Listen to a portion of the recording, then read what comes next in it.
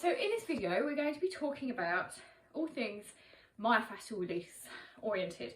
So it's time to get out the spiky balls, the bumpy rollers, foam rollers, spiky mats, and any other tools that we can find around that actually can help us to loosen up some of the tensions that we get between the layers of our tissues in our bodies. So these are things definitely that are go-to for me. It's very difficult as a physio to get another physio to do some work on you, but we have problems too. We are humans too. So often I think I certainly rely on using tools like spiky balls more than anything else actually to just help me loosen up areas of my body that feel like they're getting over tense and are creating areas of discomfort. So I'm going to just introduce you to some of my favourite tools. This is not an exhaustive list of ways of doing things, but it's things that I'm quite familiar with and use regularly. Now I'm going to do the video in parts, so I'm going to introduce you to some of the tools now, and then I'm going to do a couple of follow-up videos where we'll specifically go through areas of the body and how you can maybe use some of these tools to help you if you do have discomfort in those areas. So follow this up with those videos if you actually want to have a go. Now I quite often torture my classes with spiky balls. I really think these are excellent. You can get different strengths of spiky balls, i.e. they can be rock hard. I've got rock hard ones and I've got ones that have softened a lot, and different people prefer different resistance to it. But the reason I really like the spiky balls is because you can see these have got a really nice, quite small point of contact, but there's lots of them, and I prefer those to the slightly broader tipped ones, just because I feel like you get a better penetration into the layers of the fascia that we're trying to get into. So as you roll around, it just kind of hits more points and more spread with it. So I particularly like this quite spiky ball, but you can get lots of spiky balls out there, but I've tried other ones that are a bit more blunt, and I personally prefer a nice sharp point. So those are really good. They're best used in pairs generally, so that you're kind of rolling from side to side on the body, or you get to spread the weight a little bit, and then you can always just use one on certain body parts with it. So these are really nice to use.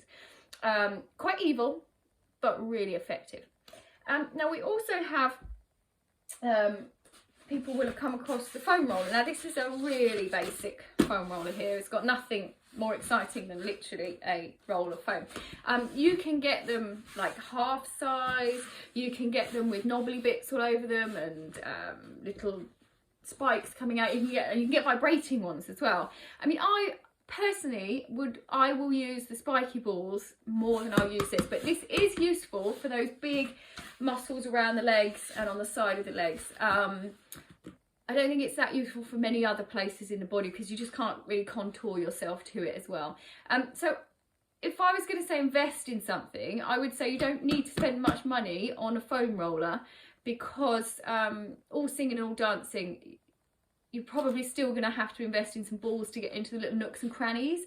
So I don't think you need anything more exciting than a simple, nice, solid bit of foam here. But you could use you could investigate other ones.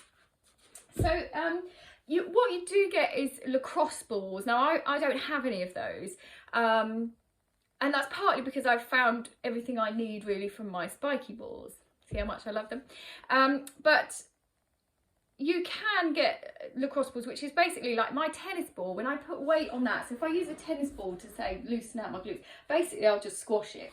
So you don't actually get too much resistance coming back at you, and that's why you want something like a lacrosse ball that's quite hard. On your feet you can use something like a golf ball, again, because it's nice and hard, and so you'll get that counter pressure to what you're putting into it. But just to give you an example, it will be a small ball, and they can work quite nicely for areas around on the shoulders. Again, it's all going to be uncomfortable, but the goal is then to actually release some of the obstructions that aren't letting things move freely. So they can be useful, and you can get them in so that there's sort of 2 of them. I haven't got those either, but if you imagine 2 together and sort of glued together, it's generally called a peanut. And I haven't tried those either, again, because I found that I get really good results with the spiky balls. But there's no reason why you couldn't look at those and experiment and do the same type of techniques that I'm doing here, but with those peanut balls as well.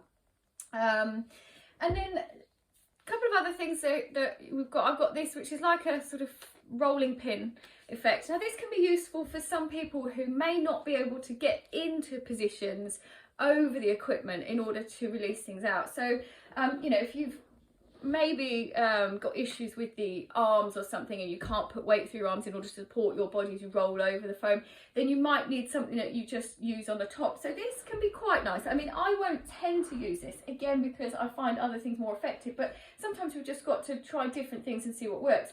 But this can work quite nicely sort of on a nice thigh, so you can just roll it through and you'll kind of feel the gristle and where it doesn't move easily and it kind of crunches, and then you can just focus on that. So this is actually really quite a nice self massage tool. I'm just finding some good bits there actually, so I'm going to sit and do that for a while. But yeah, so that can be a really good way if you find accessing the other tools a little bit awkward, because it can be the most difficult part of this, can sometimes be finding the right position for it. You know, again, that you could work that across the back of the calf and things like that. So that's quite a handy little tool. Probably more expensive for how often you're going to use it versus other things, but pretty handy again. I don't know what it's called actually. It's probably just a myofascial roller or something like that. If you look in myofascial release generally in a search engine, you will get a million things coming out. So you just look for something like this. I think I bought this from something like TK Maxx actually, which is a great place to kind of sometimes pick up little nicks and knacks to play around with. That would be too expensive, but that's actually a little bit underrated in my toolbox, because I could probably make some good use out of that. Now the last thing, which is probably my most newly discovered myofascial release tool, is the Shakti Mat. Now I posted a link to an advert on the Facebook page a few days or a week or so ago, because this is, we just really like this in my family. My husband and I both use it regularly. I have to say, we take it on holiday. We're getting a bit sad here, but we take it on holiday with us. That's how much we like it. It takes a bit of getting used to, but it's a fantastic way of literally just blasting the body with all these very, very fine acupuncture points. I mean, they are a bit lethal, I have to say. They are super, super, super sharp. So, you know, it's you've got to be pretty brave for this, but you will, if you persevere, you will start to get that really nice tolerance and then the benefits of using it. I mean, you can start getting yourself used to it just by, you know, beginning to play with the feet on it, and then you haven't got too much weight for it. But eventually you can get yourself actually kind of standing on these mats, which, don't get me wrong, that still takes my breath away. But, you know, I feel the benefits from when I've done it. So we can lie on our back. So if you're a bit of a neck back tension sort of person, I think that's a really useful tool to, you just get yourself going and lying down on it. I mean, is it the benefit that you're just lying down for 10 minutes and that is very beneficial? Maybe, but I certainly think that that's something worth considering. And you can get the sort of neck pillows as well.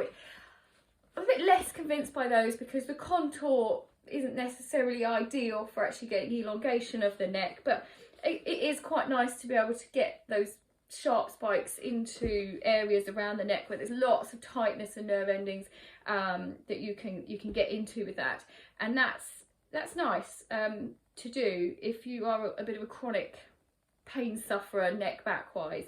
So that's another tool that I'll definitely use on a regular basis. So that's my toolbox of myofascial release stuff.